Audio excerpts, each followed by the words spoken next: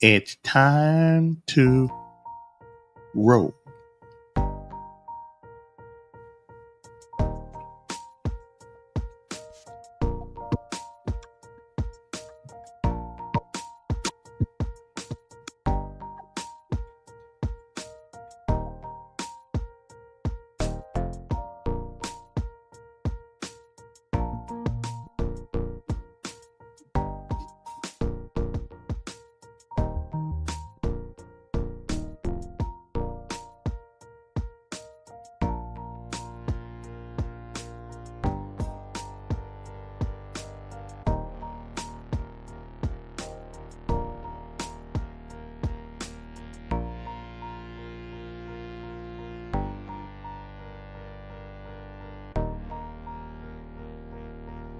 I'm waiting.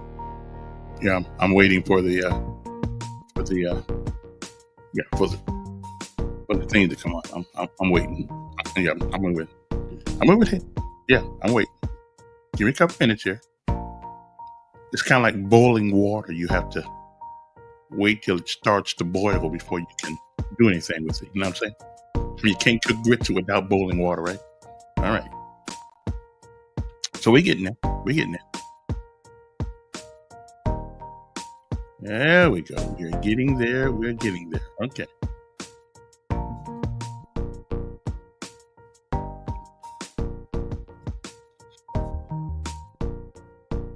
Mm-hmm. Mm-hmm.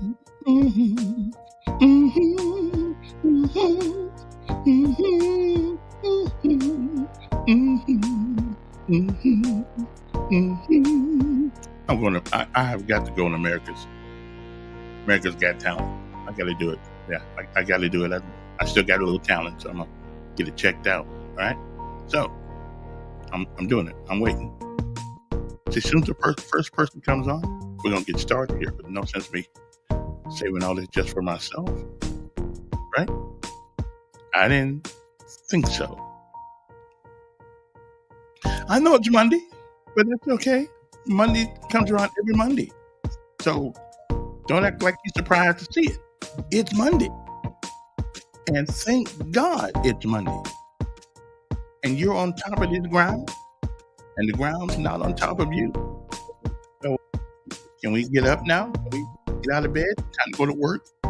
Labor Day's not coming up for another 31 days. So can we, well, at least another 25 days anyway. 20, 24, 26 days. All right? I'm just saying. We might want to get up now because it's time to get up. I'm just saying. All right? Time to get up. It's just time to get it done. Okay? Hey, you got somebody over there on Twitch looking at us this morning. Thank you very much. Appreciate it. I'm glad somebody's up this time of morning besides me. Okay? Let's not get lazy, okay? Good morning, Z. Down there in Fort Leonard Wood, Missouri. Having a great time this morning. He did the 5-mile road march.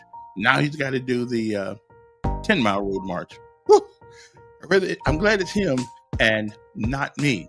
Okay, I'm glad it is. I just can't handle it. Anyway, next up, it is our daily bread because that's what we do around here. We get the word on high out first, and then we get on to other things that not quite as important, but at least a little bit important. Okay, so you guys just hang loose there, and we shall return uno momento. Okay, next up, it is our daily bread. A word from on high, something that'll change your perspective or give you a new one. But either way, it's good for the soul. Okay? But that's what's coming up next is our daily bread. Hang loose, and we shall be back. Uno, dos, tres, cuatro. Cinco momento. Okay? So, hang loose. We'll be back. Really. Somehow, I think it's going to be a great day. A great day. And remember, it always has been, it always will be a great day to be alive. We'll be back.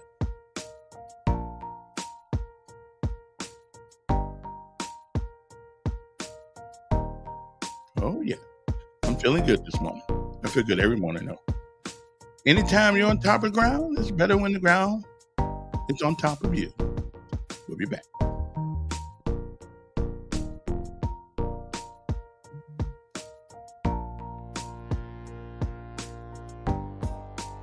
The only difference between Christians and everyone else is forgiveness.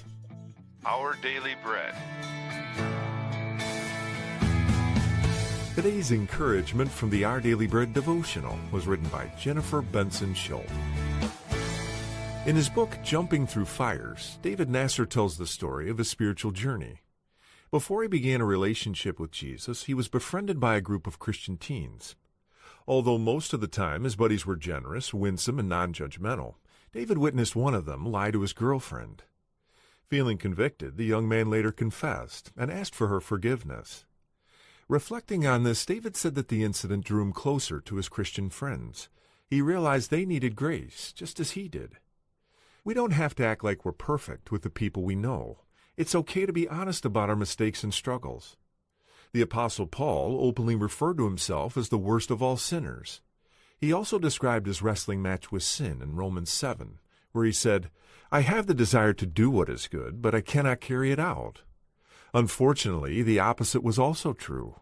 The evil I do not want to do, this I keep on doing. Being open about our struggles puts us on the same level with every other human alive, which is right where we belong. However, because of Jesus Christ, our sin will not follow us into eternity. It's like the old saying goes, Christians aren't perfect, just forgiven. Today's Our Daily Bread devotional scripture reading is from Romans chapter 7, verses 14 through 25. We know that the law is spiritual, but I am unspiritual, sold as a slave to sin. I do not understand what I do. For what I want to do, I do not do, but what I hate, I do. And if I do what I do not want to do, I agree that the law is good. As it is no longer I myself who do it, but it is sin living in me. For I know that good itself does not dwell in me, that is, in my sinful nature. For I have the desire to do what is good, but I cannot carry it out. For I do not do the good I want to do, but the evil I do not want to do, this I keep on doing. Now if I do what I do not want to do, it is no longer I who do it, but it is sin living in me that does it. So I find this law at work. Although I want to do good, evil is right there with me. For in my inner being I delight in God's law. But I see another law at work in me, waging war against the law of my mind, and making me a prisoner of the law of sin at work within me. What a wretched man I am! Who will rescue me from this body that is subject to death? Thanks be to God, who delivers me through Jesus Christ our Lord. So then, I myself in my mind am a slave to God's law, but in my sinful nature, a slave to the law of sin. That's today's scripture reading from Romans chapter 7, verses 14 through 25. Let's pray. Dear Jesus, I worship you as the only perfect human ever to live. Thank you for making it possible for me to have victory over sin. In your name I pray. Amen.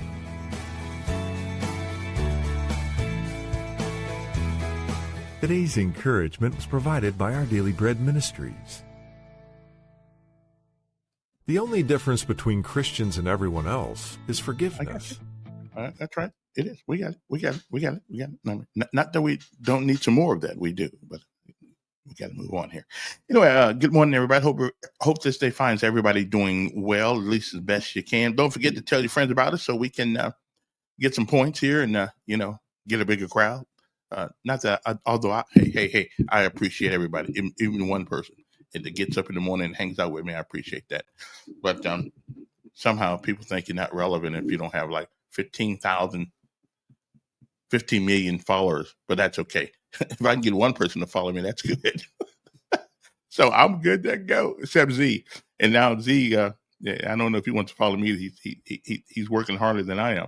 Anyway, good morning to you. Hope this day is fine with you. Next up, of course, we honor our armed forces of these United States, Army, Navy, Air Force, Marines. And as you can see in the background there, I am one of those Army guys. Will always be, always be. It's in my blood, okay? in my blood. Heard the mayor yesterday on somebody's show, and I had an opportunity to go out to the Friday. I was out at the water park, and I never actually went on there until I like it out there. But I'm gonna give you some good news about the water park, okay? But let us honor our men and women who wear that uniform, who go from place to place, and it is not ours to ask the question why, but ours but to do or die. Now, nobody really wants to die for their country. The goal here is that make the other guy die for his country, not you, because once you're dead, you can't really enjoy your country. But we got to remember that too, though. All those sacrifices of young men and women still today, right now today. Some of them, I just heard the other day, somebody got sent out to some country. And this is not well known, but that's what the military is for. The military is the arm of strength of our diplomacy. If you ain't now, sometimes I do agree that we've been somewhat we can talk about that later on. Anyway, let us pay homage to our armed forces of these United States, and then we'll come back with let's see, the message of the day, and then we'll get into some later on as we get into many things. I got a lot of things to talk about there. Lots of things. Okay, school starts tomorrow. Don't forget. So be careful today. Just remind you that if you normally speed, remember, you can't do that tomorrow. Okay, we'll be back.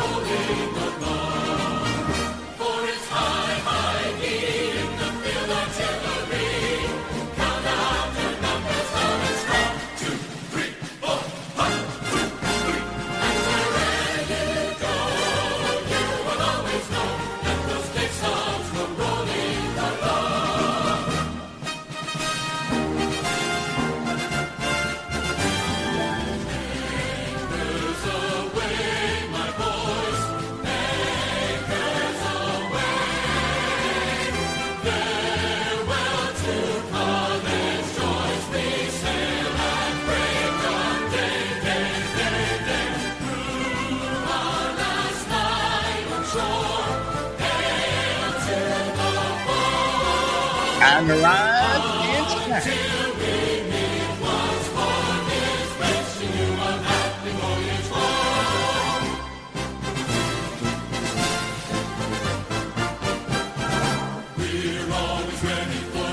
United States Coast Guard. It doesn't seem like they are part of the army.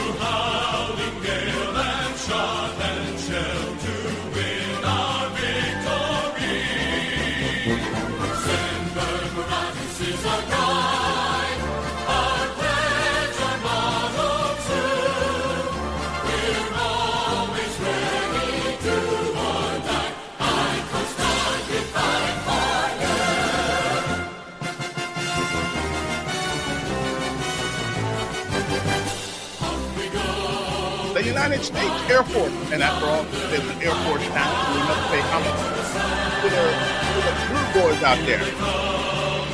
They still got the worst uniform on all of our armed forces. We still love them.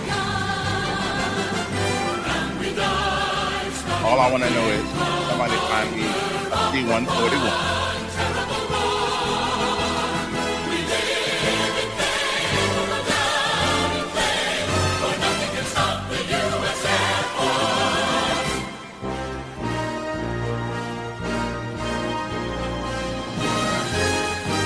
And last but certainly not least, the United States Marine Corps, whose motto is Super 5, which means always faithful. Semper Fidelis, my friends, Semper Fidelis.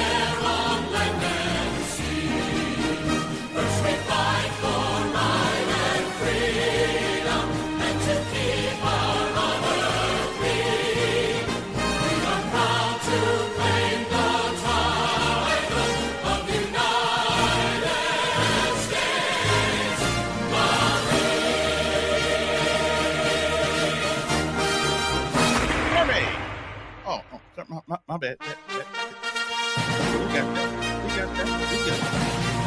We got that. Okay. That's enough. We love them. We love them. Okay. But not that much. Okay, then. Anyway, good morning to you. Now that should have awakened everyone. Let me give you the forecast for today. It looks like it is going to be a pretty nice day today. Today, high is only going to be around 77 degrees. Man, it feels great out here this morning. There's a 67% chance of rain today, which means it's probably going to rain. Okay, showers and thunderstorms this morning, then mainly cloudy this afternoon with a high rain possibility, a high around 77 degrees, winds east-northeast at 5 to 10 miles per hour.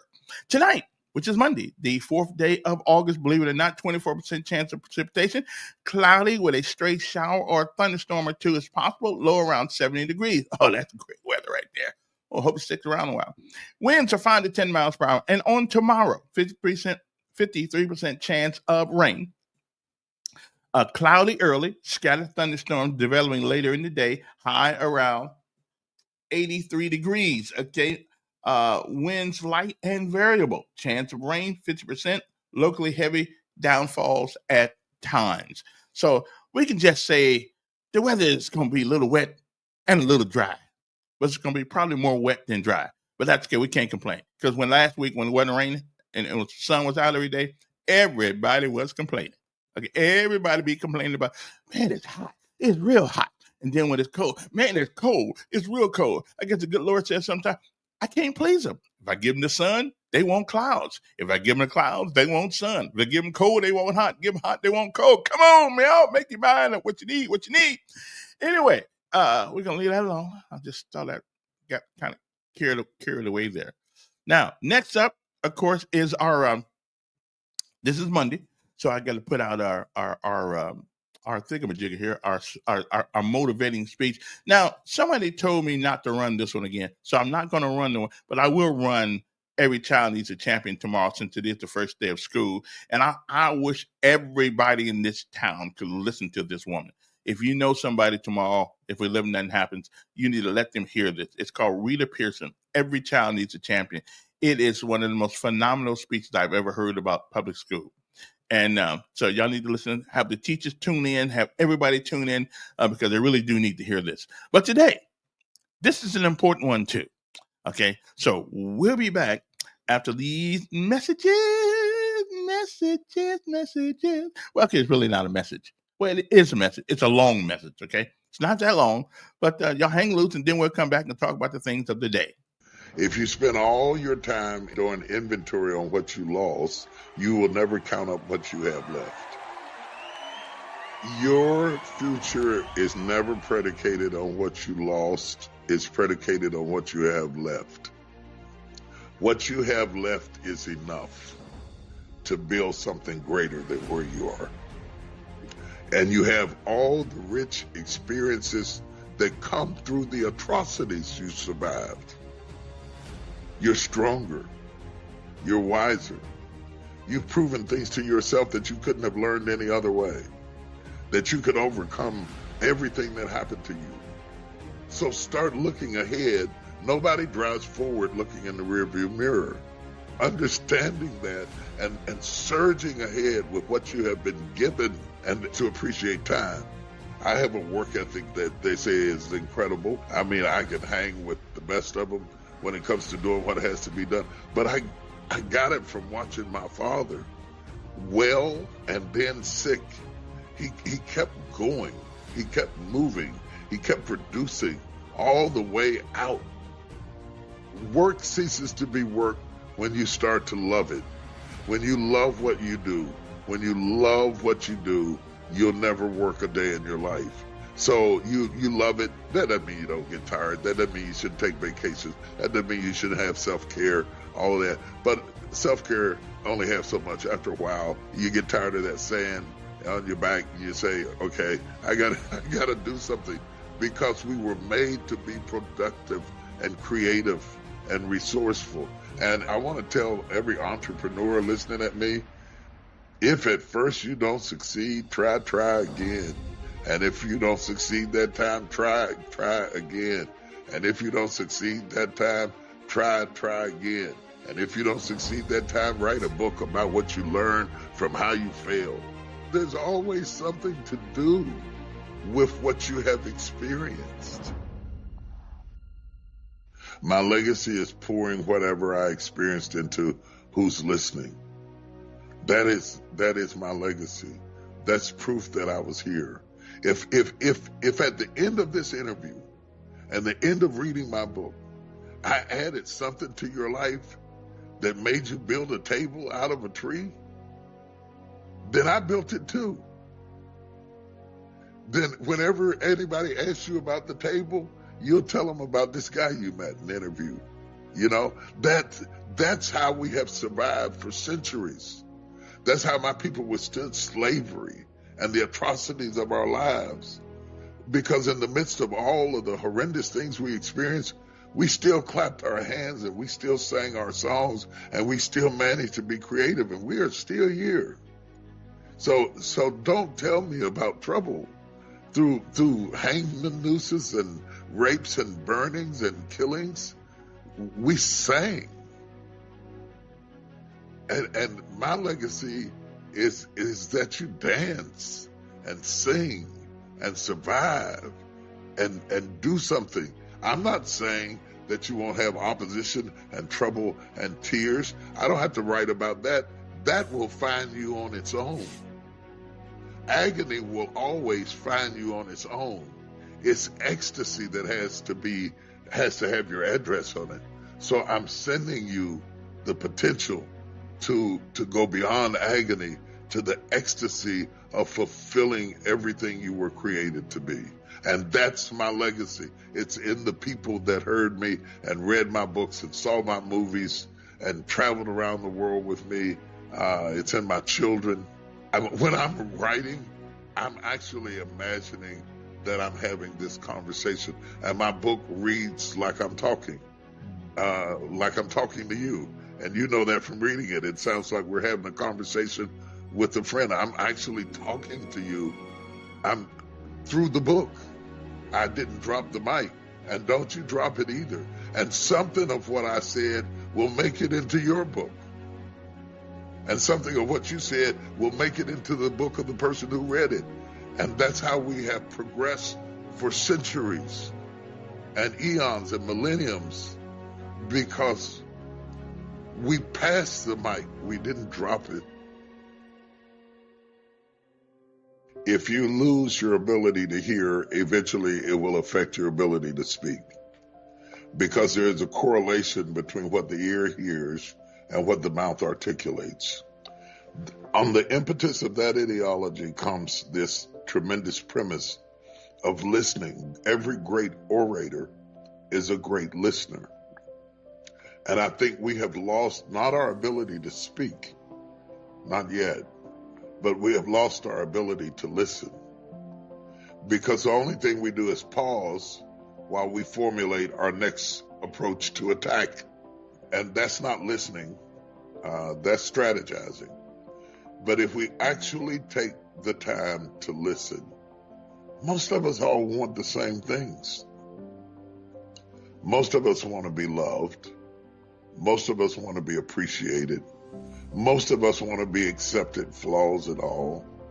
Most of us, if we have children, want what's best for our children. Most of us are scared. Most of us are anxious and are worried. Why can't we be friends? Why can't we communicate? We're better together than we are apart. And we don't have to agree about everything. But in the process of meeting, I found it's hard to hate somebody you understand. And in the process of meeting, your perspectives broaden, sometimes to the point that you are ejected from the tribe, because people who are not exposed are intimidated by people who are exposed. But people who are exposed, it's worth it to lose the sanctity of your citizenship and the tribe of how you describe yourself to enter into the broader world of a human experience before you die. I would hate to die in a zip code having never left the neighborhood that I was born in mentally.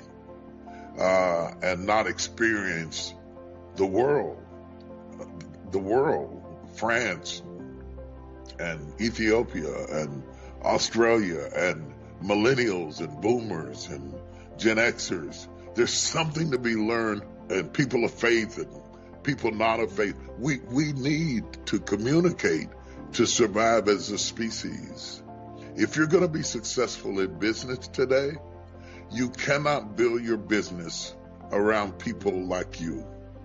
You have to build your business in a very broad, eclectic way, because the world is becoming broad and eclectic. And a narrow mind also causes you to be less successful at the end of your career, because you're niche marketing an item that could have a broad appeal if you didn't think within the prison of your own experiences.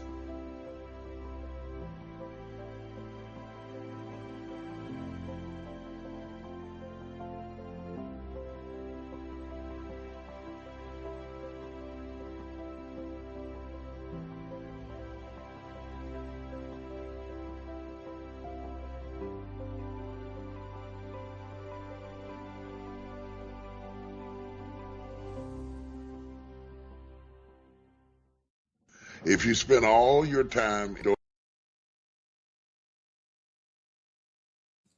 Okay, that was TD. TD Jakes. He can really speak. I really love listening to that guy. Nobody's perfect. He got into something on at the Potter's house one day, and everybody said, "Oh, I'm going to leave him." Well, yeah, sometimes we should listen to the message and not the messenger. The messenger is flawed. Me, you, everybody else, but it's the message. 1 and 1 is still 2. Whether you agree with it or not, it's still 2.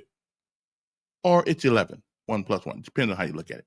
But it's still the same, regardless of the answer is never the fault. The fault is the person who comes up with the answer. Anyway, good morning to all of you. Hope this day finds you well. Let me see if I can get this thing on the screen here. Let me see, because this is what I do. This is what, oh, there we go, right there. There's our numbers and stuff. There's our numbers and stuff like that, just in case you want to. Okay, let me get rid of that little thing that's going down at the bottom there, because we really don't need that, do we? No, we don't. We don't. Okay, we don't really need that. Okay, then. So, good morning, everybody. Hope this day finds everybody well, finds everybody doing well. A lot of things going on. Spent the Friday afternoon going out to because I wanted to know what all the hoopla was all about. I wanted to know what all the hoopla was. I got to put my hat on straight here. Okay, come on now. Put the hat on straight. Okay. So, what was all the hoopla about out there going on at the, and I went out there, and to my surprise, there were people in town from Birmingham, as a matter of fact, who were at the park. And you know what? There were some black folks with them, swimming or whatever they call it. They don't be swimming. They be rafting and kayaking and all that stuff. And they were there. And I sat there and I asked them about it. They said they thought it was great. Oh, really? I said, yeah. And so now what I noticed when I went out there, here's what I noticed. We have a lot of land out there that other things that can make that experience a little bit better. Right now, when you go out there, all you do is go out there. You got to go out there specifically to whitewater things, stuff like that. Well, we need to put some more stuff out there to entice people to come. And what I understood the other day, I talked to Doug, and evidently they do have some more plans to put things out there. But for all you naysayers out there, let me tell you something. These people were excited about it out there, because unless you want to go to Colorado or someplace like that, you don't get to do the things at this park that they were doing the other day. And I mean, they were really genuinely excited about being out there. Man, I saw 2 busloads of people out there. So I tell you, I'm hopeful that it all works out pretty soon. I still think it's a good thing. I still think we always want to bring people to this town to talk about the bad thing. We want to show the history of bad people. That's what we want to do. We want to show the history of bad people. And I just don't think that that is necessarily what we need to do all the time. I mean, we know the world has rotten people in it. We do. They had them then, since Cain and Abel. They had them then, and they have them now. That won't change. Okay, that's not going to change. Okay, so, but I'm telling you that it is not it's not a bad deal out there, because I kind of like it myself. I don't care what y'all say. But anyway, you can always give us a call if you want to. If something else on your mind, a lot of other things. So y'all need to go out there and let's support the park. Now, I will admit to you that park, if that park depends strictly on if it strictly black folks go out there and swim and get in all that water, well, I'm one you probably couldn't help. But do I like going out there and seeing people do it? Absolutely. I want to see who's going to fall out the boat. Okay, it's kind of like what you guys when you guys go to NASCAR. When you go to NASCAR, okay, tell the truth. Nobody goes to car racing to see who wins. Okay, that's the biggest lie I ever told the man. Okay, nobody goes out there to see who wins. Okay, we go out there. Okay, we go out there because we want to see who crashes. Well, I'm just the same way. When I watch football, I want to see somebody get hurt. I ain't lying to you. I want to see somebody get the heebie. I want somebody to knock them in tomorrow. But however, I don't want them really hurt seriously. Just enough to let them know that it's still called football for a reason. Okay, you can't be a wimp and be out there on the field. Okay, matter of fact, I heard somebody got down. Oh, they got food. Well, I know they got food in Whitewater, but I don't know. I didn't see it. I mean, again, I was out there the other day. I didn't see it. It's a big piece of land out there. And so, but there's nothing on the highway. There's nothing on. Is that 31 or Airbase Bullet? What street? What highway is that? There's nothing on there that tells people they can get food there. There's no signage. There's no. The marketing of Whitewater has not been great. We'd put it to you that way. The marketing has not been great, and I'm hoping that we got a new guy in now. I'll see if I can get him on the podcast. We got a new guy in now who is going to evidently he's the one who was responsible for the Biscuits baseball stadium, and it's been somewhat of a success. But even black folks like baseball, except for me. I don't really like baseball. I think it's kind of like watching paint dry, but that's okay. That's all right. But everybody likes it. I'm a Notre Dame fan. There are people here in the city that probably hate Notre Dame. Although Emmanuel Williams, even though he's a Democrat, he did go to Notre Dame, so I got to give him some respect. So him and I walked some of the same neighborhoods in South Bend. But anyway, I think he just had a birthday too, as a matter of fact. So if y'all know Father Emmanuel, Resurrection Baptist Catholic Church, make sure you tell him happy birthday. His birthday was a couple of weeks ago, but that's okay. He's hopefully he's still with us. But yeah, but if they do have food and they have good food, I bet they do. But you know what? The whole time I was out there, I didn't see it. I didn't see where it was. I didn't know it. I may have stopped in and got some. So the marketing, I don't know which. Unless it was in one of those buildings out there with no signage on it. But again, therein lies the problem right there. Therein lies the problem. How in the world can I go inside Whitewater and not see a food place? Because I did not see it. Maybe I went the wrong way or something like that. Again, that's a problem with marketing. So hopefully the new guy will straighten this mess out and get some people out there, that will motivate people to come out there. Because I tell you what, the kids I talked to out the other day, young folks, now if you're 65, 67, 60, you're probably not going kayaking. You're probably not going. So it's not for you. Okay, it's not for you. It's just not for you. Let me ask something. Would we put an alcohol store right next to Alcoholic Anonymous place? Of course not. Okay, so it's because alcohol is not for people who wants to stop. Okay, so the place out there is not for people who don't care, but for the people who care, for the people who want to have a good time and don't want to hear anything else about slavery and how bad white folks were. It's a good place to go. Okay. Yeah, I went to church, man. I go to church all the time. I went to church. I watched. As a matter of fact, it was an interesting service yesterday. I keep saying, why do we go to church every Sunday? But It was interesting. I'll tell you about that later on. As a matter of fact, I'm gonna have Pastor Sean on Thursday if I live and then happens, and he'll explain what he was talking about. Okay. Well, good morning to you. The numbers here, if if you think you might want to give us a call, you can do that at 521-2963. At least somebody needs to call me once a day to make sure I got a commo check here, make sure it's actually working, because sometimes I mess things up and they don't work. Lessons of life.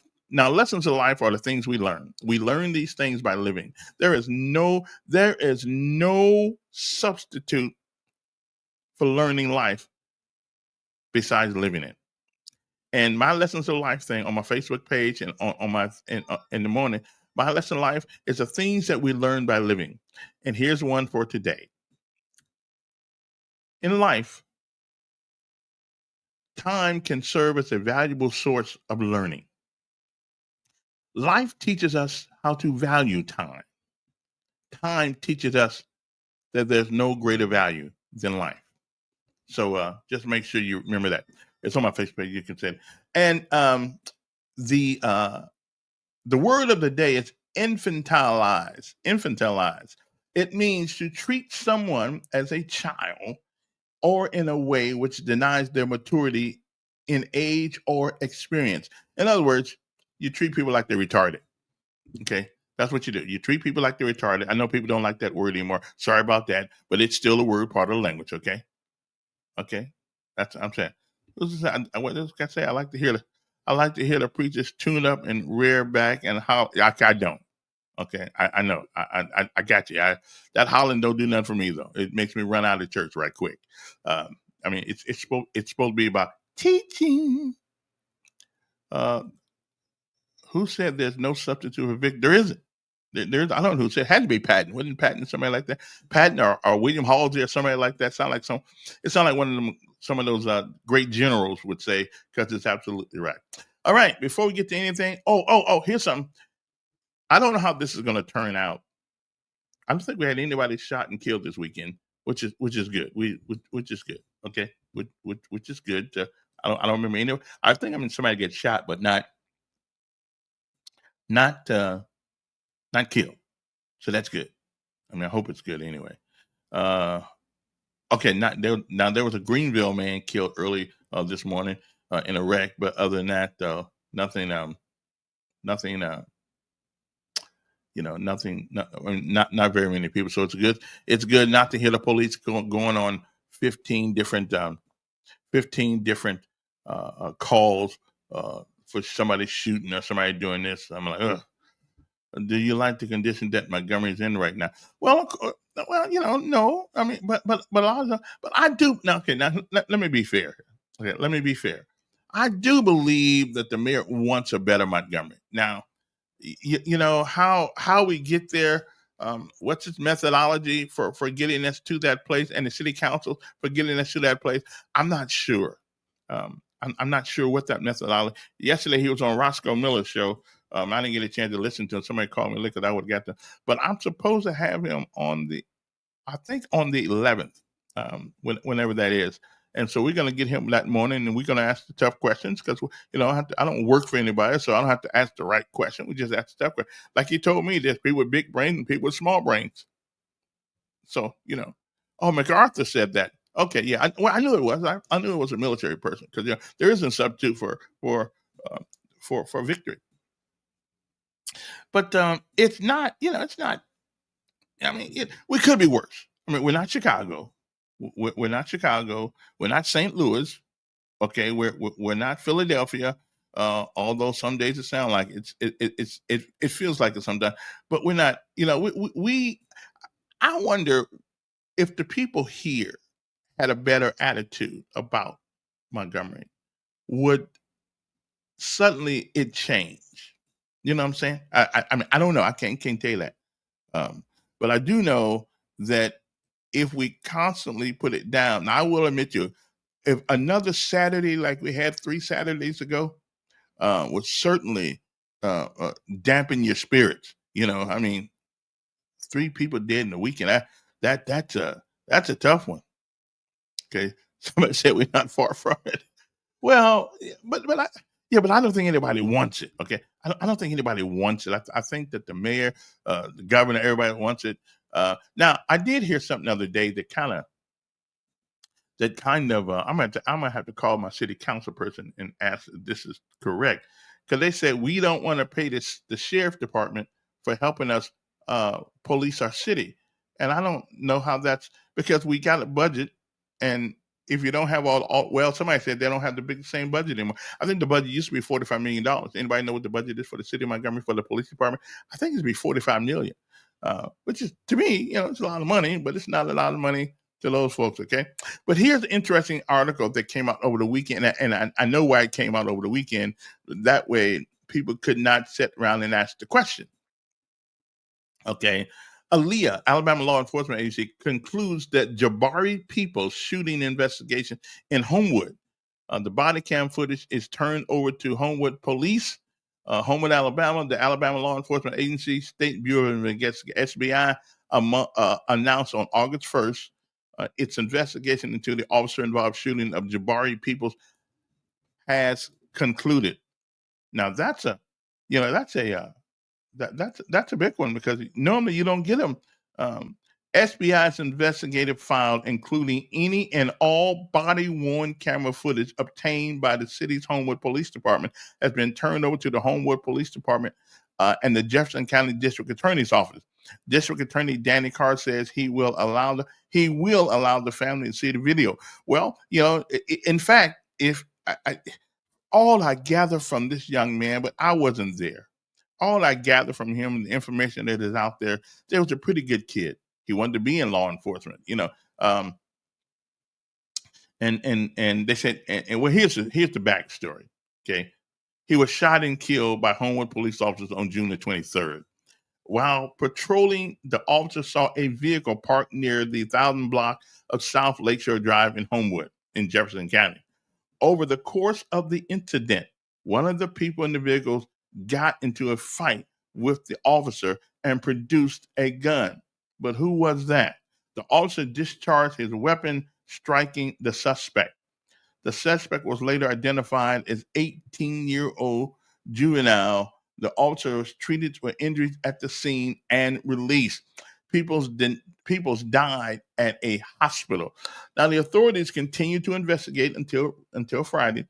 Once the investigation is complete, which it was Friday, they turn over the findings to the district attorney's office in Jefferson County. From what I understand, he wasn't that kind of kid. But again, I don't know what happened that night. But if the parents don't, now they're gonna let the parents see the video, and so if the family is convinced, that the shooting, although they may not disagree with it, which I'm pretty sure they don't, was righteous, then I guess you say, my Lord. I guess you accept it for what it is. I don't know. I wasn't there. So we'll just have to see. And I would imagine at some point in time, we'll get to see the video of this, because if it's that cut and dry, and there's no ambiguity about that means confusion, a lack of understanding of that. If that's true, if it shows that, then it was just a bad situation. Okay, it was a bad situation. But anyway, we'll hope that we're going to hope for the best. We're going to hope that the film that the family sees, and right, and they said he produced a gun. The suspect produced a gun. Again, if that happened, I guess all the things I hear about him from Birmingham and places like that, he was not the kind of a kid. So I don't know. I wasn't there, so I just wasn't there. But the family's going to see the video, and if they find something in the pot ain't clean, then they will come to the public, and so we will. Like my good friend, Dan Morris says, in the fullness of time, we will know. All of us will know what happened. But the family, of course, gets an opportunity to look at this stuff first. I mean, they should have let the family look at it the first night it happened. Or the second night it happened, the first week it happened. Because now, again, I'm not saying anything, but I know technology, at least a little bit about it. And I'm just telling you, you can make a video say and do what you want it to. I'm not saying that's what happened, but I am saying that if you take so long to let the family see the video, then was it manipulated? Was it edited? We just don't know. I think it should have been the first thing out to the public was this video. Show us what happened. At least the parents, not us, but at least the parents. And when you take this much time over a month later, I'm listen. I become suspect.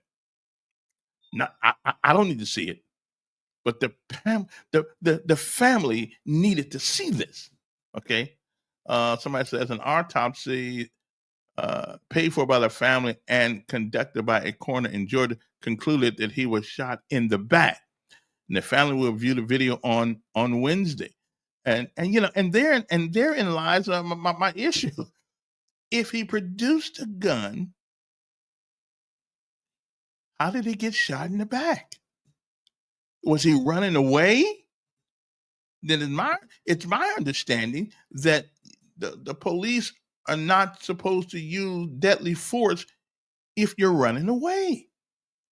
I mean, I don't know, but they're going to get the video on Wednesday, because how does he get shot in the back if he produced a gun that was pointing at an officer? Unless there were two officers and he was pointing the gun at the one officer and the officer behind him shot him. And even then, shooting people in the back ain't exactly heroic stuff. But again, everybody wants to go home. Everybody wants to go home. I'm with you on that one. Let's just make sure we still do the right thing, because police are the only people in our society, the only ones in our society.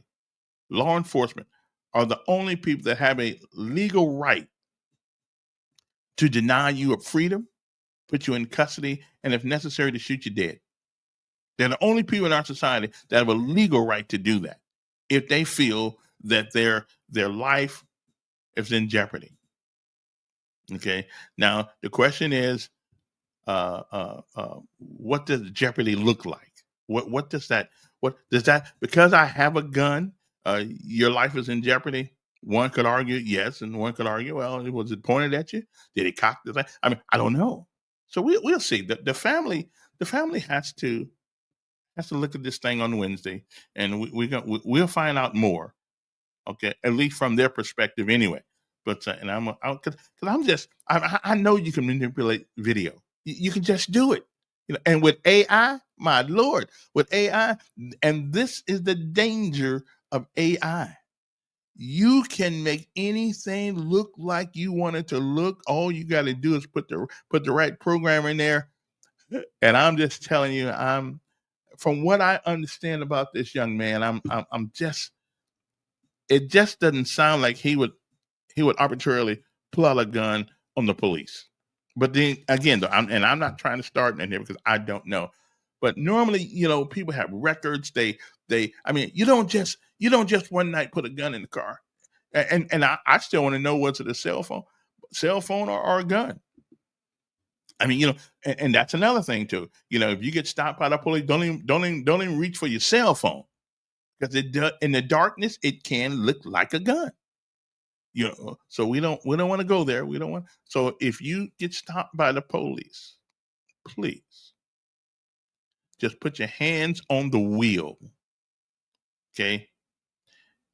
And don't even go into the glove compartment to get your anything out. because you might want to put your paperwork in the visor. Okay, you might want to put your paperwork in the visor. If it's dark out there, they can say whatever they want to say, and I'm not saying they are. I don't know, but they can say anything. And I got to tell you, if I'm a policeman and it's dark and you go reaching for something, I don't know what you got either. To tell you the truth, I don't know what you got. I don't have a clue what you're getting. Okay, but we're here from the family, so I'm just and the autopsy was paid for by the family and conducted by a coroner in Georgia, concluded with the family doctor the video. Well, I don't know. I don't know, but the police have a copy of the one that they have, and so that'd be too obvious if somebody doctored a video, and when they still have the original. Well, at least we hope it's the original anyway. Okay, but I don't know. And again, everybody wants to go home. Everybody wants to go home, but you shouldn't end up dead, whether you're a police officer or an 18-year-old. I mean, I don't know. And now, what I'm about to say is going to be somewhat controversial, but it is what it is. I think white police officers are awfully scared of black young men and have a sensitivity that I think is unwarranted sometimes. Okay, and it yeah, it would, and it would be somewhat obvious. Yeah, if the two things don't match, absolutely. But I think white police officers pull their guns quicker on black males than they do on white males. I mean, remember the guy that killed the women in the church in the people in church in South Carolina? They took that son of a gun to McDonald's. To Burger King to get them something to eat. And I'm saying to myself, well, why do we care about him eating? They took him to. Has anybody ever heard anybody taking anybody around here to something to eat get them something to eat when they killed somebody? That didn't make any sense. So now, why that is, I do not know. But white police officers, I hear you. I hear you. It says more cops are shot by blacks than whites. Well, again, figures don't lie, but lies figure. So I don't know, and you may be right. But is that because? I'll ask you the question: is that because since the police are so sensitive and so aggressive when it comes to black males, would that not provoke an aggressive action from the black males who know that they finna get roughed up a little bit, whatever the case may be? So wouldn't that be, I don't know, black police pull their gun quicker than white police? Well, I don't know. Listen, I had one put on me one time. And it's an uncomfortable feeling. I tell you, to have a policeman pull a gun on you.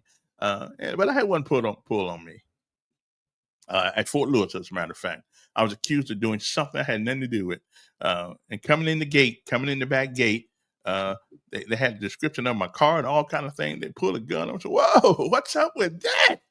And we found out, we worked it out. We found out about this, and life is good. So, but it is an uncomfortable feeling, especially when you don't have a gun with you. Okay, so I don't know. I just don't know. We're all going to find out in the fullness of time, like my good friend Dan Morris says. In the fullness of time, we're going to find out exactly what happened or what didn't happen, or whatever the case may be. I don't know, but I just, all the things I've investigated about this young man, the little bit of access I have, shows that he was just not the kind of kid that walk around with a gun. And so and again, here's the question somebody got to answer. If he was shot in the back, then who was he a danger to at that particular time? Who was he a danger? Unless, now there's got to be a police out there, someone who knows. Do police have a right to shoot you in the back? I do know there's something called the Fleeing Felon Act years ago. I thought they kind of modified that a little bit. Unless you're in imminent danger, unless this person is in danger to society at large, then you wouldn't shoot them in the back. So I don't know. But again, we'll find out. Okay. Now here's a story that just to go to show you I'm equal. A woman was on the telephone the other day, somewhere in Alabama. No, actually, this is Wichita, Kansas. And she was shot by her own son-in-law, according to the authorities in Kansas. Sedgwick County Sheriff Jeff Easter said 49-year-old Charmaine Burke called 911 on Wednesday about 11:30 p.m. Everybody got to do something at night. She told dispatchers that her son-in-law was holding her at gunpoint at a home in East 47th Street, south of Derby, Kansas. Dispatchers then heard 3 shots. So the man, one of those gunshots struck her in the head, and she was telling the police at that particular moment that her son-in-law said he was going to shoot her in the head. And he did. Shooting her just moments before she turned 50 years old. Wow, I don't know. And they determined that, of course, there was an 8-year-old in the house at the time of the shooting, but he lives there, and he's no longer there, and likely with the suspect because they can't find him. The sheriff's office alerted law enforcement agencies across the country, and it is. That's a shame.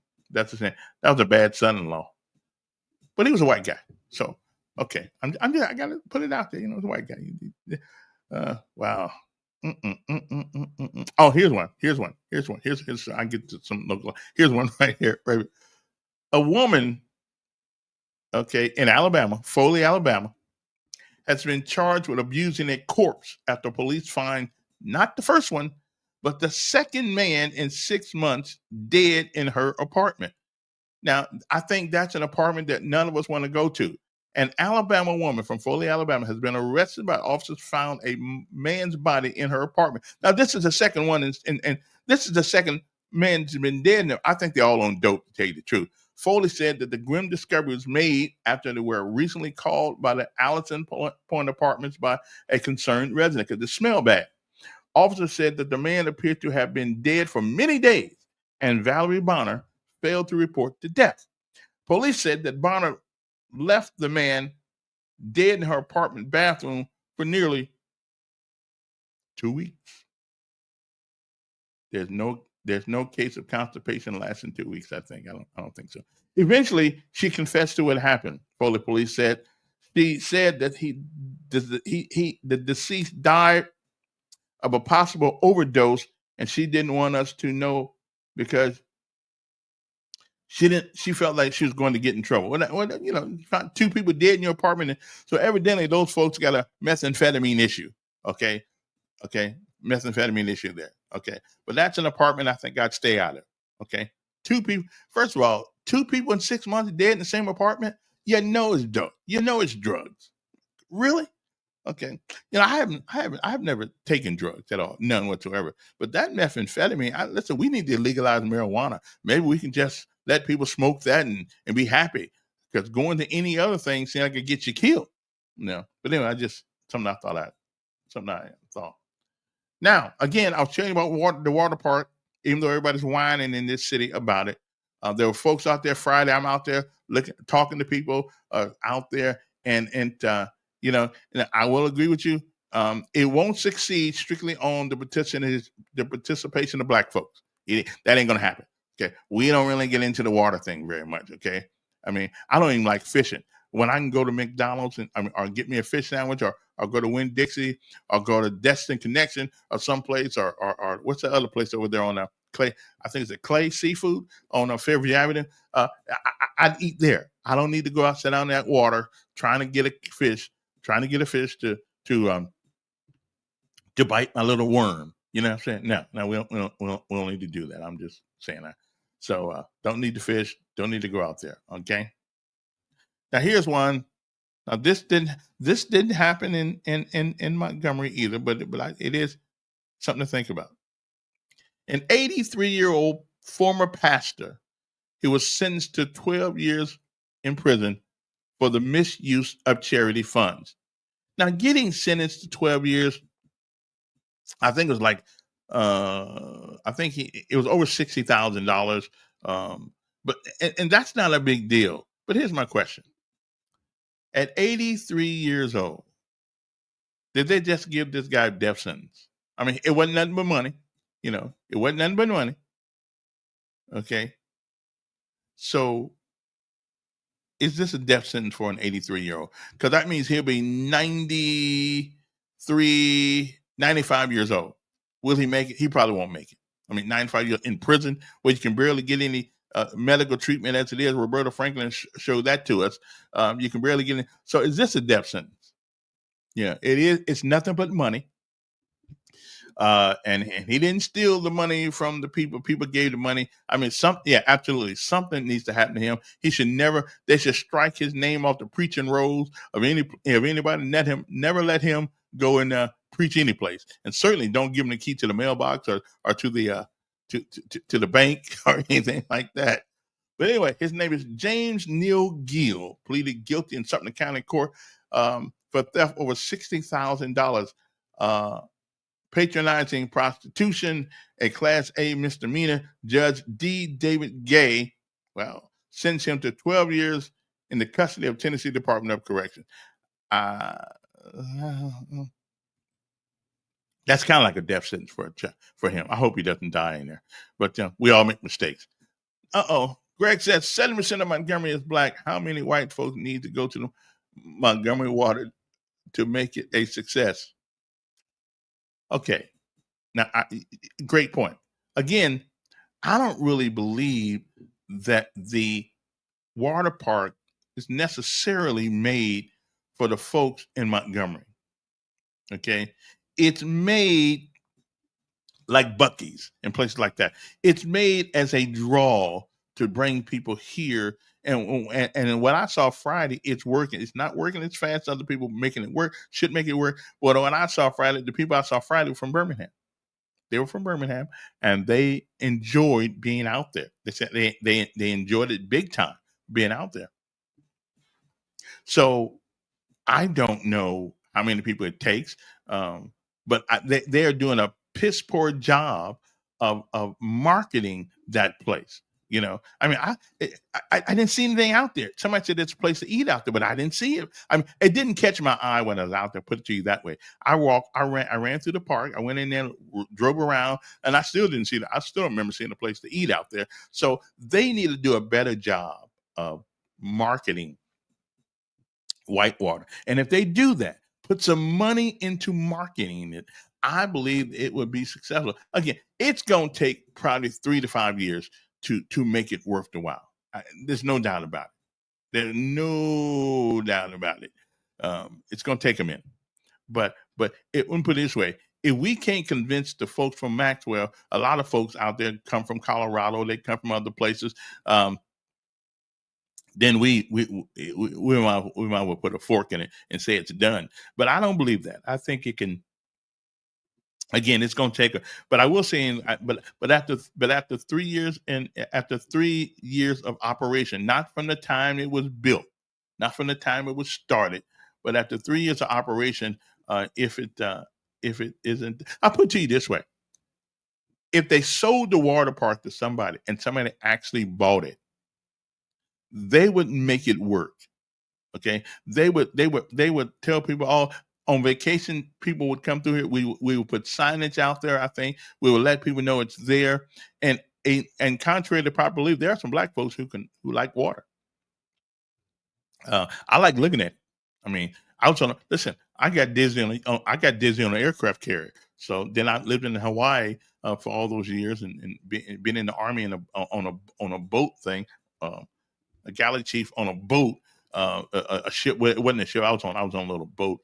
Well, not a little boat, but not the aircraft carrier.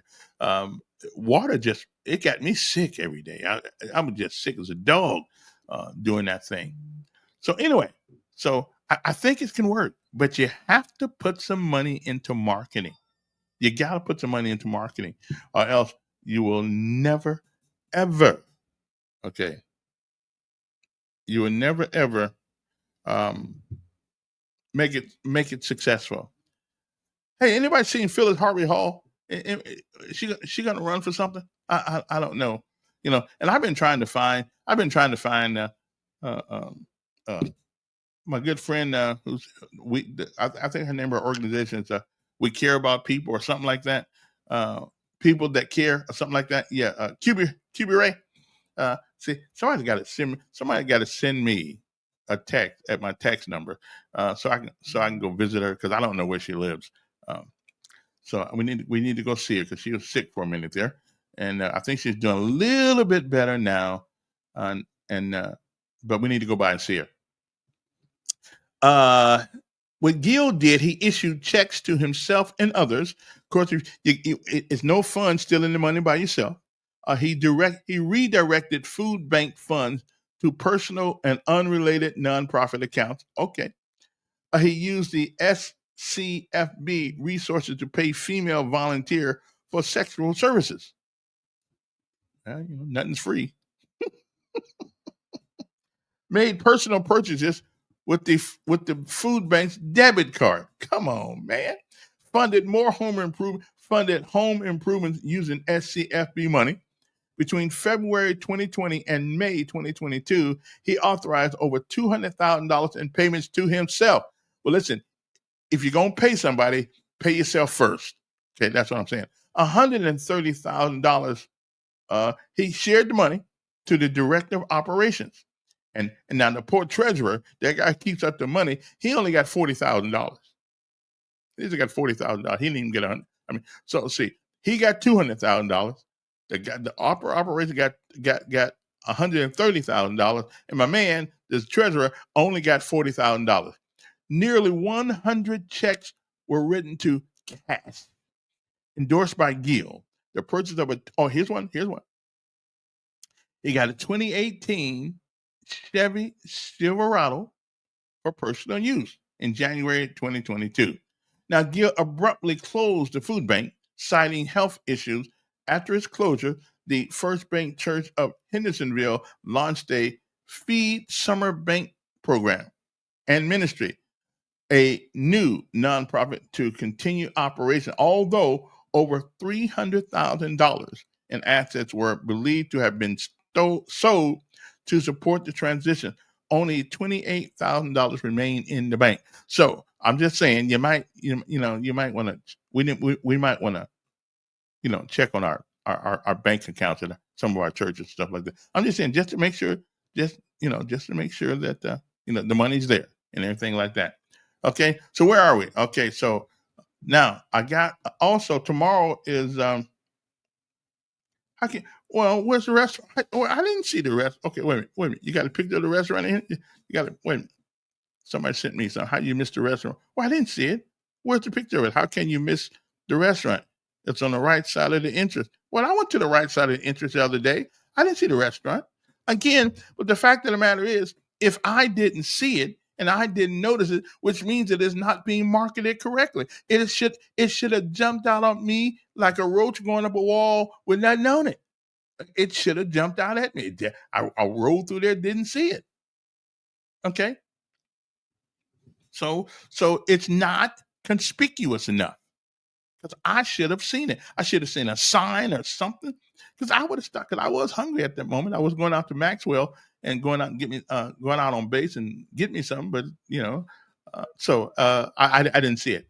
And therein lies the problem. Now, have you been out there, Miss Texer? Have you been out there? Have you seen it? Have you actually been out there to the water park? I mean, if you haven't been there, then how you know how it sees? I mean, because when they put things in the newspaper about things, well, they want you to see it. That's called marketing. But I drove out there Friday afternoon. I did not see it. Okay.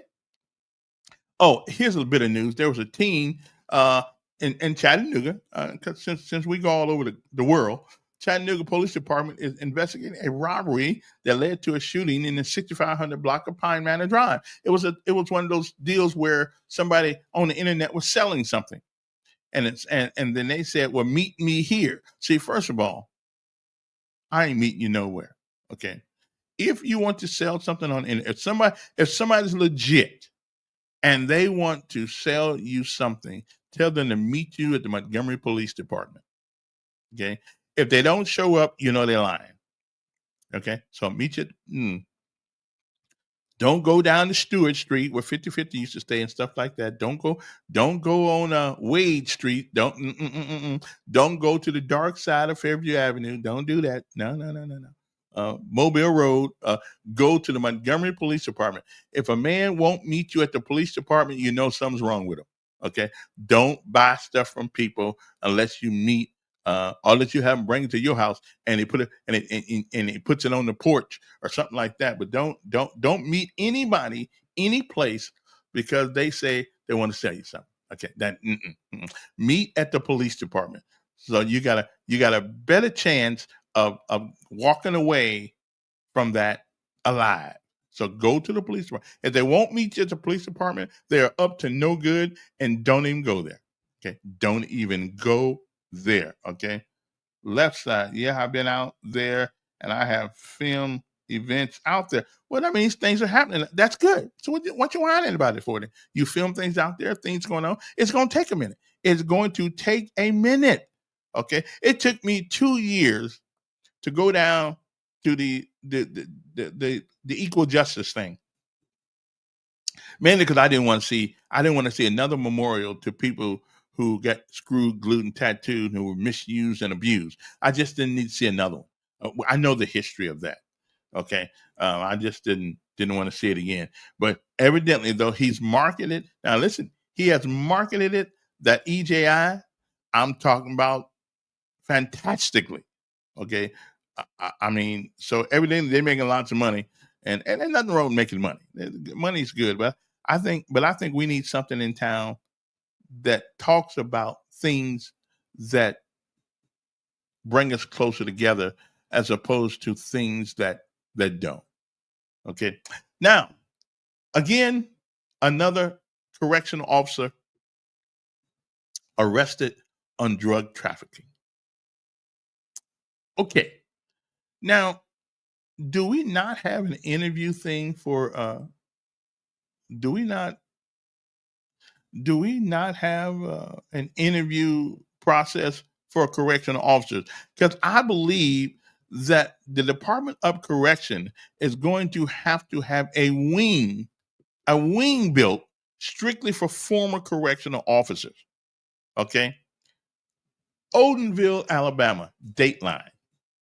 A St. Clair County correctional officer was arrested following what the Alabama Department of Corrections describes as a large narcotics operation. Okay.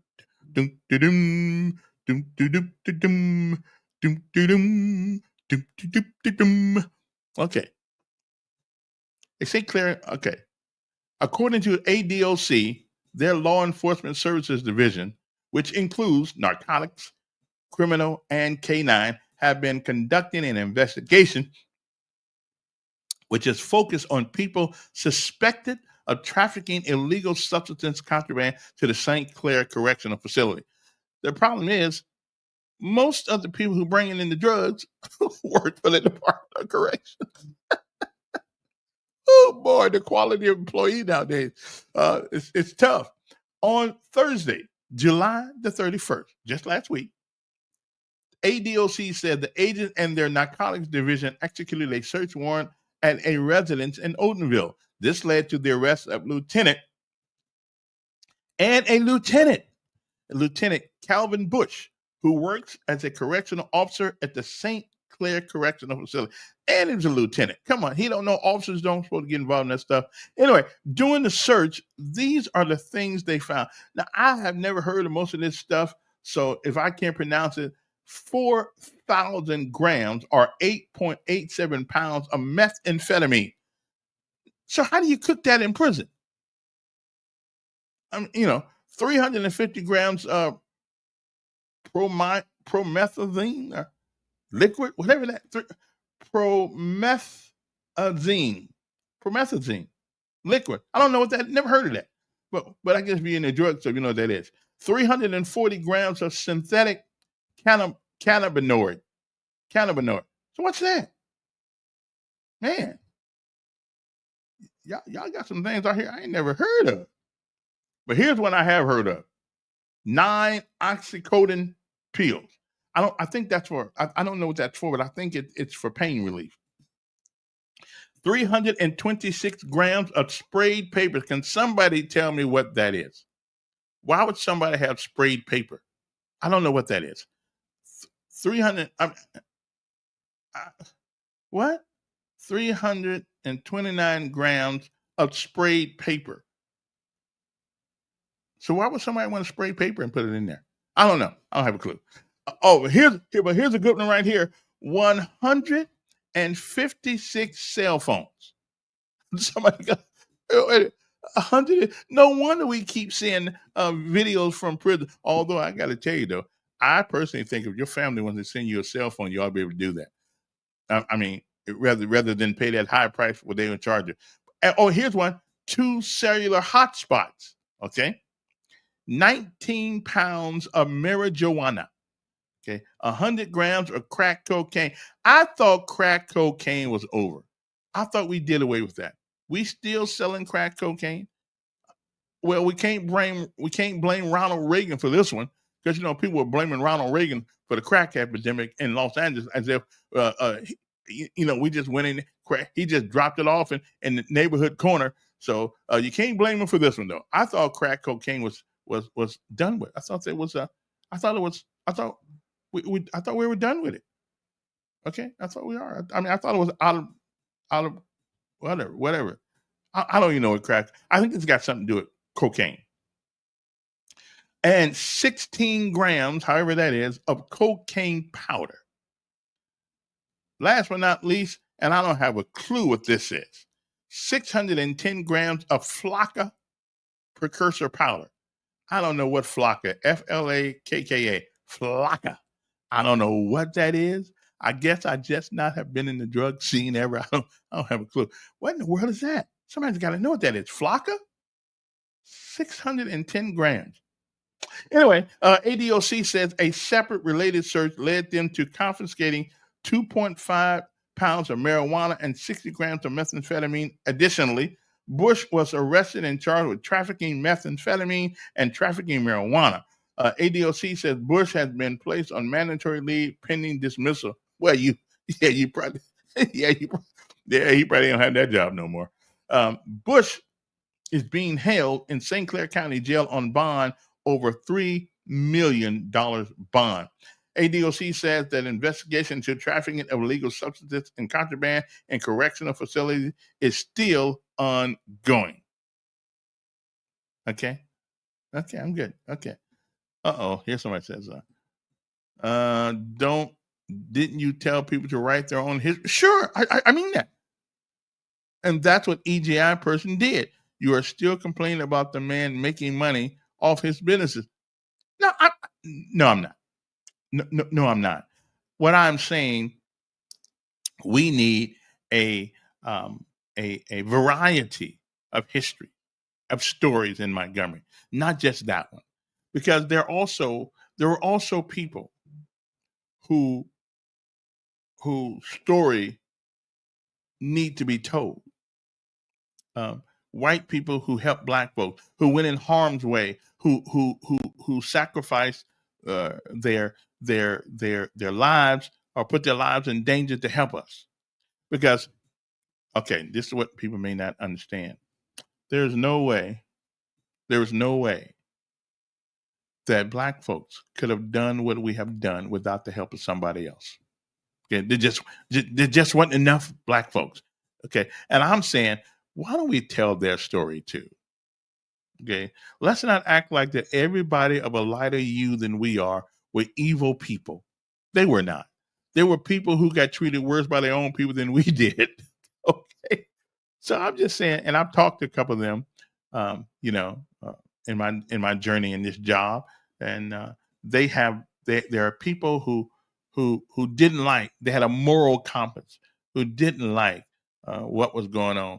And one of those people, you remember the march? You remember the march from the church, from what's the name of that church on Fairway Avenue, Catholic Church. Well, there were a lot of people. Sidney Poitier, I think Harry Belafonte was there, and one of the most famous actors of all time put his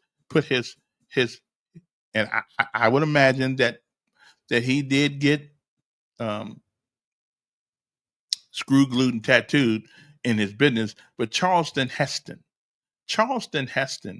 was has been one of the greatest actors this nation has ever produced, and he was a liberal. I mean, truly, he was a big liberal, but he was also a person who believed that the dignity of the human being, black or white, should not be trampled on. Charleston Heston's one, and we never hear history hadn't because Hollywood didn't want us to know that that man put his job, and for 10 years he lived in, I think he lived in Canada somewhere, but he was looking out. So it's if it were not for people like Charleston Heston, other people, white people who knew what was being done to us was wrong, we never would have made it. We just never would have made it. So I say tell the whole story. Tell everybody. Don't forget ours, but tell the whole story. Put a little sprinkle some sprinkles some stories of sacrifice by other people. Okay. Also in Mobile, not Mobile, in Birmingham, they held a vigil for the young child that was killed in a car. Okay, the other night, and while in DHR custody, that's a shame. A 3-year-old. I mean, and I mean that's the organization that has been charged with coming in your house, taking your kids from you if you're not treating them right. That's the wait a minute. That now again, you can't blame the whole agency. I got that.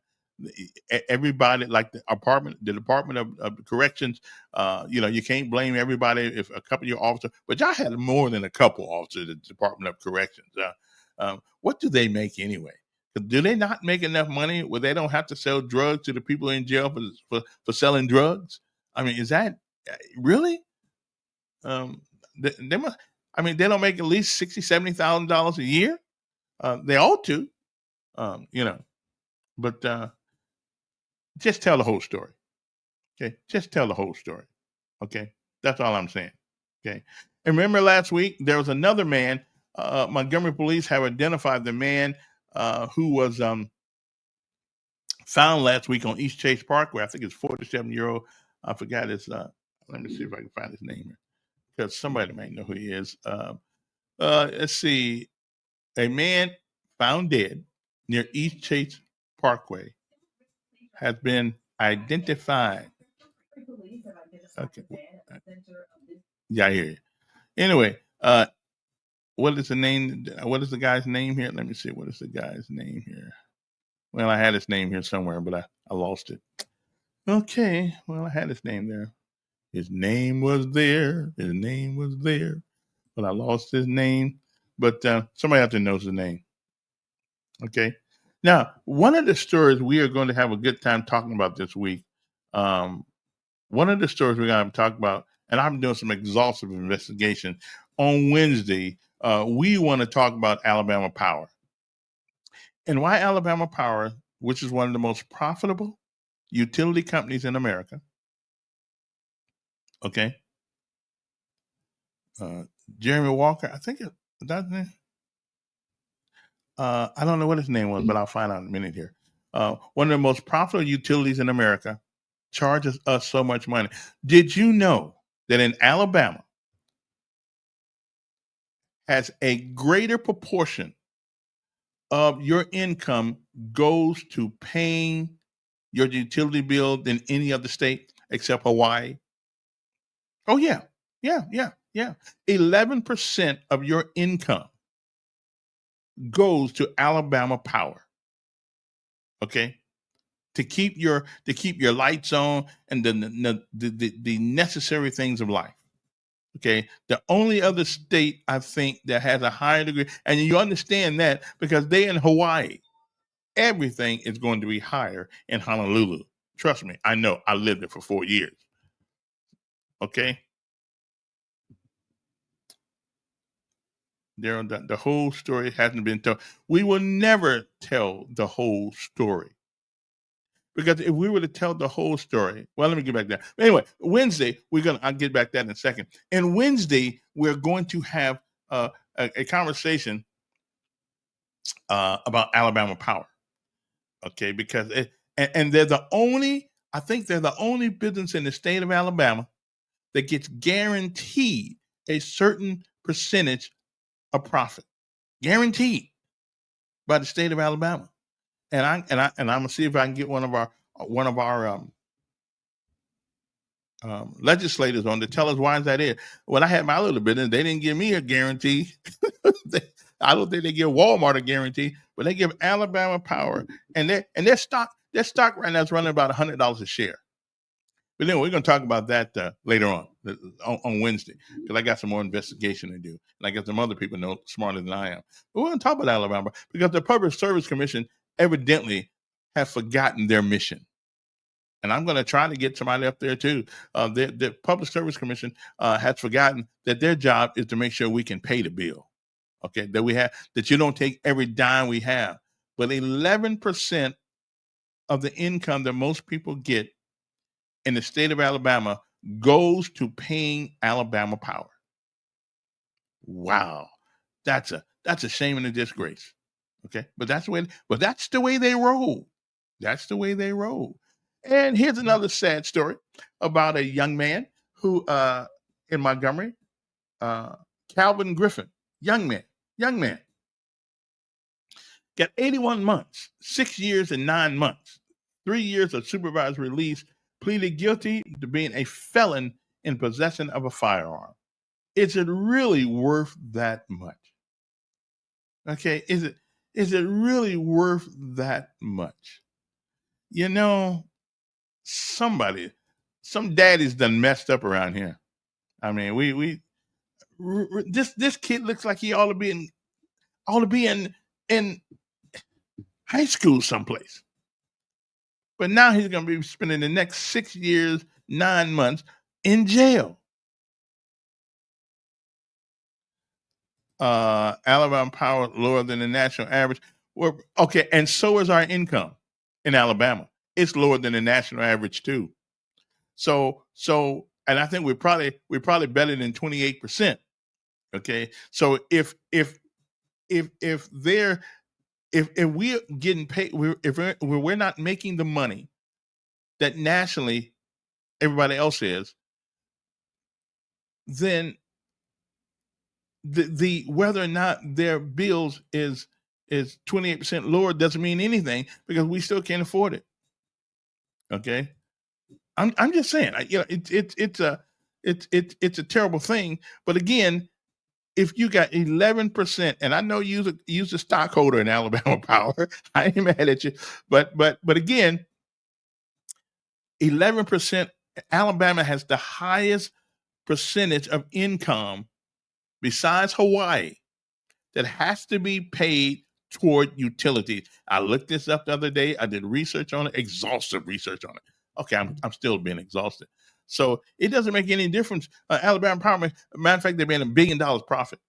Okay, hold on, 0.9 billion. So they made $1 billion worth of profit. Okay, so again, Alabama Power and the PSC, they must be friends. I mean, they really, was it last year, year before last, they went up 3 times in 1 year. 3 times in 1 year. Alabama Power. Now I realize if you are a stockholder in Alabama Power, this sounds good. It sounds good. It does. It does. Matter of fact, I may have to buy me one stock every one of these days. I can only afford one stock though. Okay, maybe 2 stocks. $100 a share. But Alabama Power is 20. Well, again, they can't afford. We would all be living in the dark if they did like everybody else, because we don't make the money down south like they do up north. So that's nothing to brag about. It's 28. Okay, Alabama is 28% lower than the national average, but that's because we make 28% less money than the national average. Okay, around here. Okay, And around here, and what's so bad about around here, isn't any place else, even if they gave all of us a raise, you know what will happen next week? Come on, somebody knows. If they gave all of us a raise right now, if they gave us a 38% raise in Alabama, what do you think would happen next week? Now, I'm going to take my little break here, pause for the call, go get my milk. Got to pause for the calls. 95. Well, it was 99. It was $99 a share yesterday when I looked at it, but maybe it went down. But anyway, that's still pretty good. So anyway, we'll be back. I wonder how many shares they got out there anyway. Millions. We'll be back after this, but then we'll come back and finish up this hour, and we'll go back over recoup. And the weather's will be nice this week, really nice. I think it's going to get a little cooler, a little hotter later near the end of the week. But right now, it feels pretty good outside. It feels pretty good. So I shall return. No momento. Okay. The market was closed yesterday. Well, that must have been Friday's post. Okay. So be right back. 3 minutes. Okay. 3 minutes. I gotta go get my. Okay. I have to go get my. Yeah. I gotta go get me something to. I gotta get some milk. Okay. Gotta keep my lungs fresh. Got to have milk. Okay. We'll be back.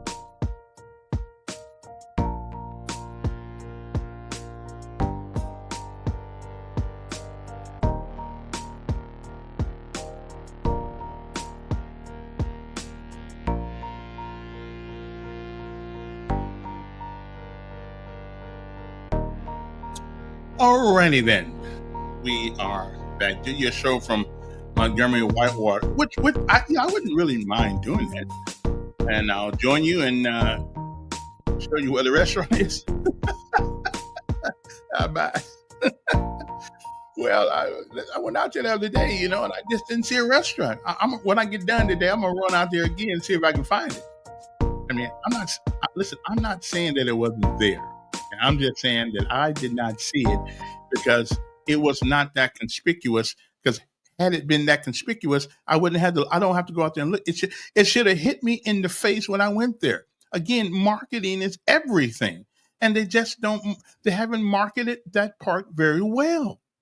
I'm just saying, we need to get out there and market it. I mean, we market football. I mean, who don't know where the University of Alabama is? Oh, look at the name, University of Alabama.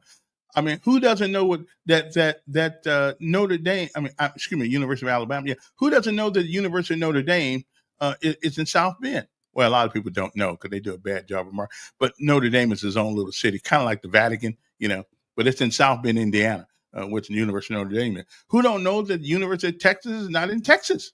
I mean, we know that. So who? I mean, Whitewater, a restaurant out there should be. Is it called the Whitewater something? I don't know. But I went out there Friday, did not see it. Now my eyes ain't what they used to be, but they ain't that bad. I mean, I can see. I mean, if it's that big and I missed it, then evidently I need some glasses. Okay, as you walk in, the entire building on the left is a restaurant. WTF? Are you looking at? Listen, I went out there Friday. I did not see it. Okay. Now, again, I'm gonna ride out there today, and I'm going to check it out and see where it is. Okay, who's it? Let me see now. Jeremy Walker. That's it. Jeremy Walker is the guy that. Yeah. I'm see if I get him to. Because I'm gonna get him on. We gonna talk. Because I just think we need a better job on. We just need a better job of marketing. Because if I can miss it, okay, see, yeah, okay, oh, okay, I see. Okay, so somebody sent me a picture. Okay, I did not. I did not come in by the water. I went out. I came into the park.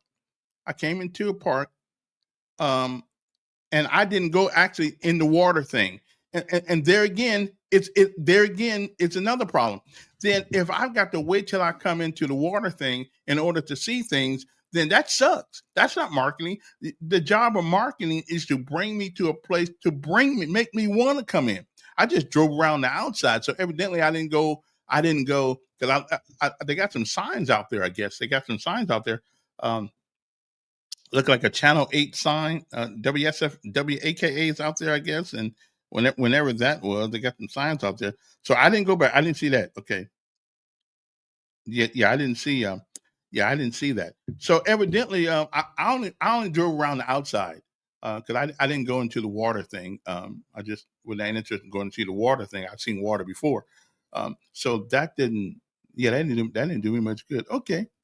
I was too busy looking for black people. Well, yes, I was looking for some black folks out there. I was looking for black people out there, seeing whether, and I saw some.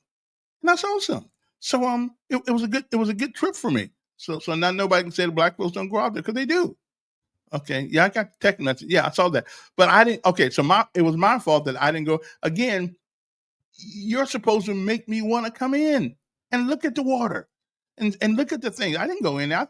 I said, but I did notice one thing about that place out there. There's a lot of land out there. And I talked to Doug Singleton the other day, and we were talking about they got more plans because all they need, okay, I think all they need is some lure, kind of like a fish, some more lure out there to get people to come out there.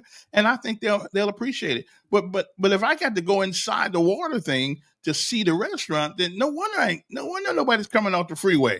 No, nobody.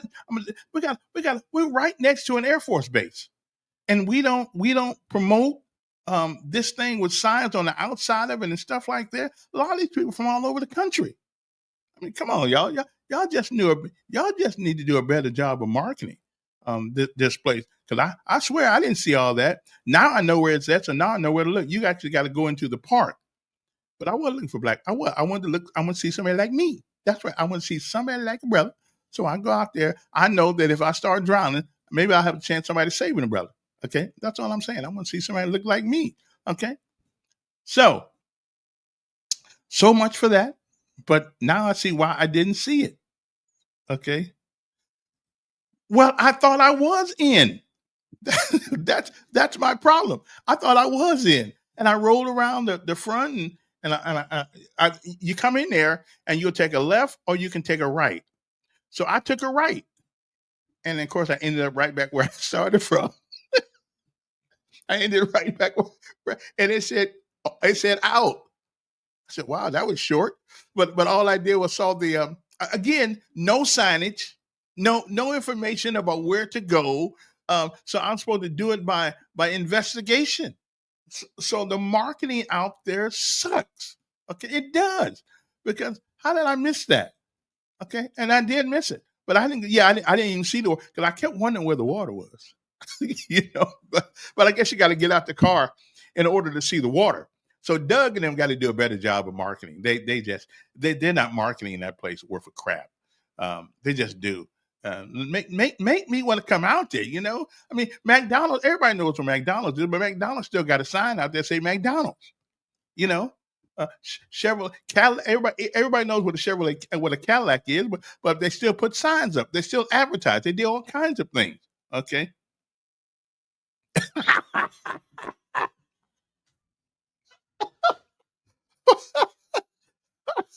Oh, come on, man. Cut me some slack. I didn't know where it was. I thought it was. I thought it was a drive-through water park, but I didn't know. Okay, well, I mean, I mean, hell, if that sign had to told me to go out, I probably should have been out there driving around looking for it. But I did. But I was in the parking lot and I saw people who just got done swimming. So I said, "Oh, whatever it is that they do." No. But they need to advertise. They just need to advertise it. Put some video on TV. Let's get somebody on the air and talk about it. I mean, they don't advertise very good. The marketing sucks.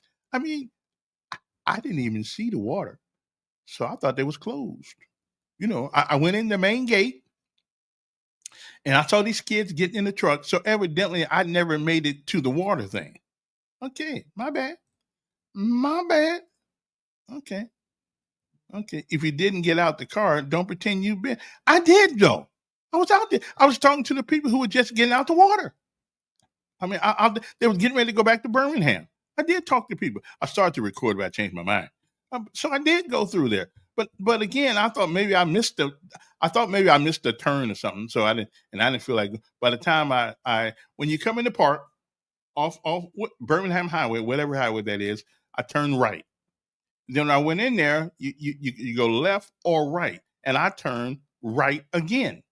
I know I should have turned left probably, but anyway, I didn't. The bottom line is this: there needs to be some better signage out there. As a matter of fact, it looks kind of ghetto out there. You know what I'm saying? It looks kind of ghetto. It doesn't look like, I mean, if this place was over in East Montgomery, they would have better signage and they would have better, they would just have better signage. Now, point me where I need to go. Point me about whether I didn't know there was a and again, I didn't see a restaurant. So evidently I was on the backside because I didn't know where I was, to tell you the truth, because no signage pointed me in the direction of the water. Okay. I heard it, but I just didn't see it. All right then. So I'll check it out there. Okay. He wanted to drive his car down the rapids. Well, not really. No, I really didn't, but I'm just saying, So anyway, so much. Okay, so what did we learn today?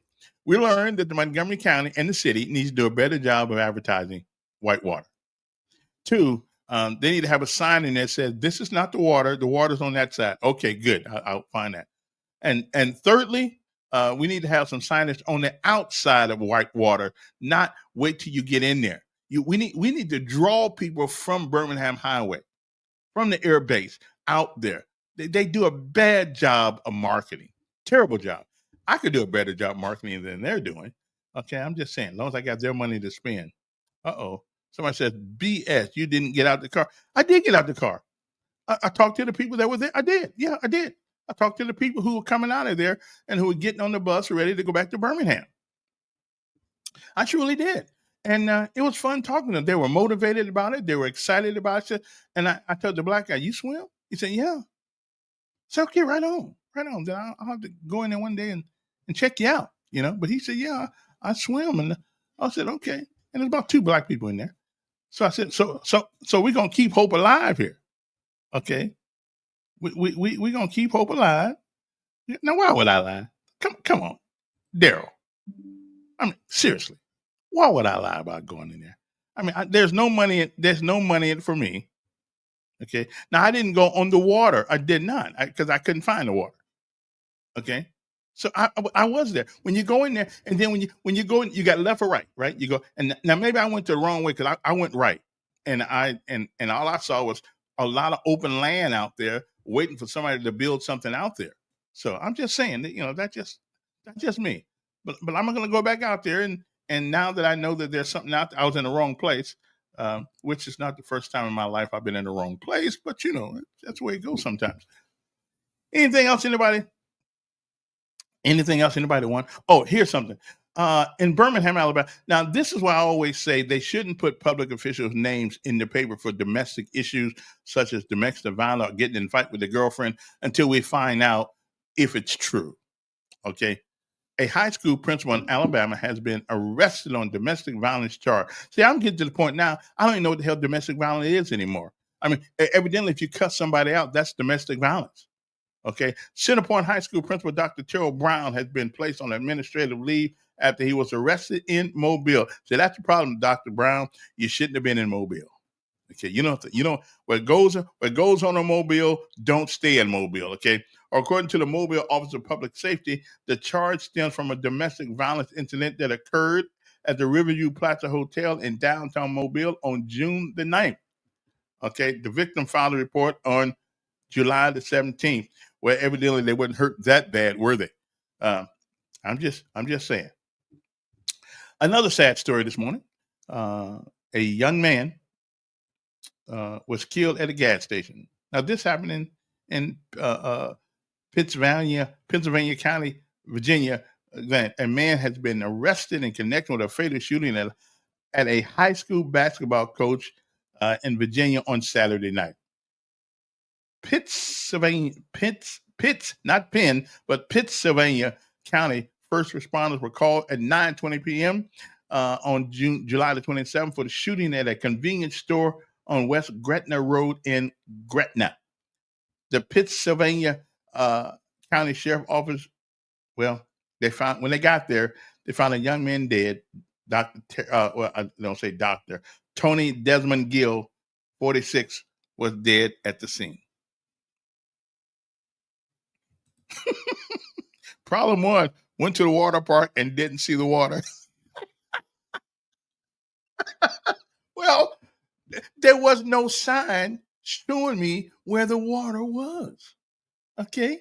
So I'm driving in there, my little bitty car, just looking around, looking for the water. And I thought maybe they was closed. But then I seen these people over there who looked like they just got out of water.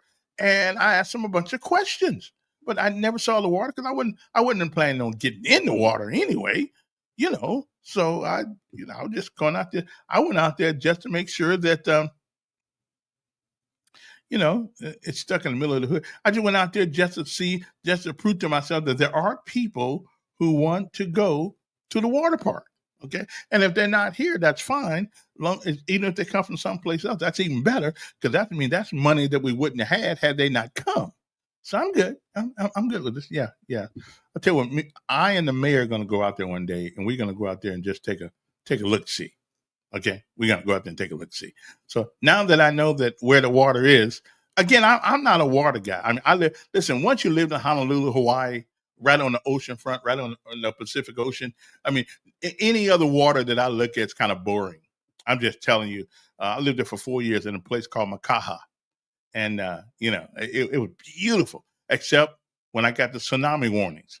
When I got the tsunami warnings one day, I thought I had to put my head between my legs and kiss my butt goodbye. And 3 months later, I said, I tell you what I'm going to do. I'm going back to Seattle. Okay. At least it's got to be a whole lot of water before it gets me up here on top of this hill. So, I'm not a water freak, but I love looking at it. I love the smell of it. But I don't really want to get in it very much, I don't really want to get in it. So anything else anybody else got? Okay. So what we learned today, the elk dog went out to the water park to see the water missed all the water and talked to other people. Still looking for the water. Matter of fact, if I didn't have to get out of there, I'd probably still been going around in a circle looking for the water. But I did see people. Was there a sign? No, I knew. No, when I flew to Honolulu, listen, the mayor and I. Okay, listen, I'm out of school, but I hear you. I hear what you're saying. And school's not till tomorrow. Okay, what did I say anyway? Did I say the mayor and me? Okay, well, I understood what I said. But since tomorrow is school day, and there may be by a slight chance of somebody young listening to the show, I'm just going to try to use the correct grammar. Okay. Thank you, Eric. I appreciate it. The mayor and I. Now, Mr. Mayor and I, wouldn't that be like a capital M and a capital I? I'm just asking the question. I don't know. I'm just asking the question.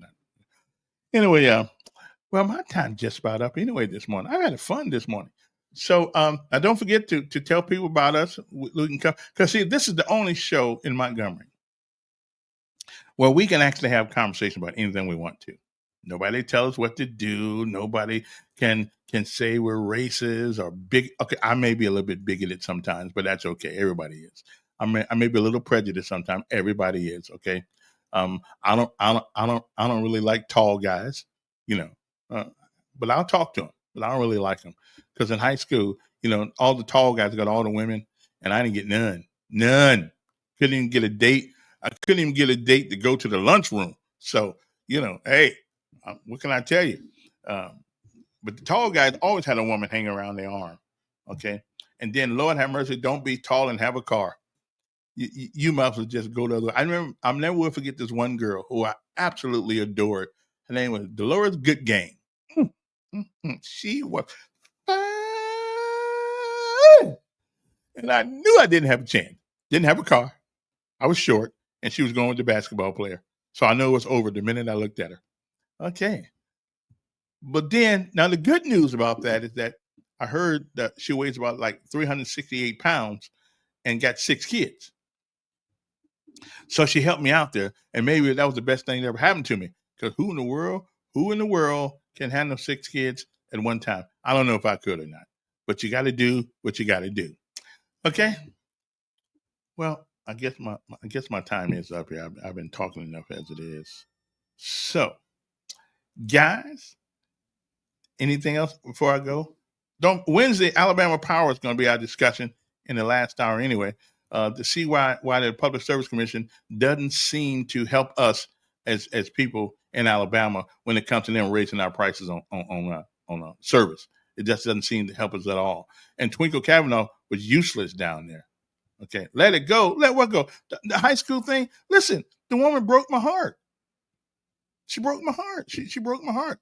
Okay. But 360 pounds right now, though. She good. I found she got 360 pounds. So maybe she did me a favor. That's a little big one for me right there. Anyway, I got to go. I love big women. Don't get me wrong. I ain't talking about big women. Big women are good. Big women are good people. Okay. Most of them have great hearts and a lot of loving. Anyway, I got to go now if I get myself in trouble here. Okay. So we don't want to get myself in trouble. Okay.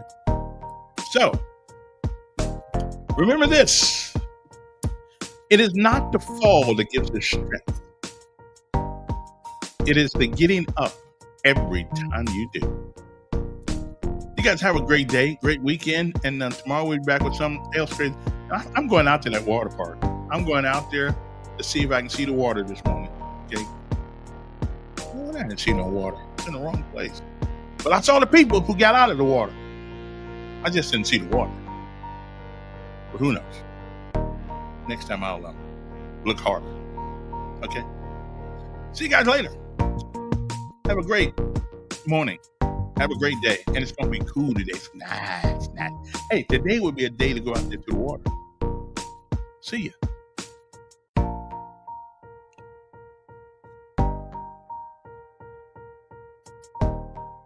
Oh, wait a minute.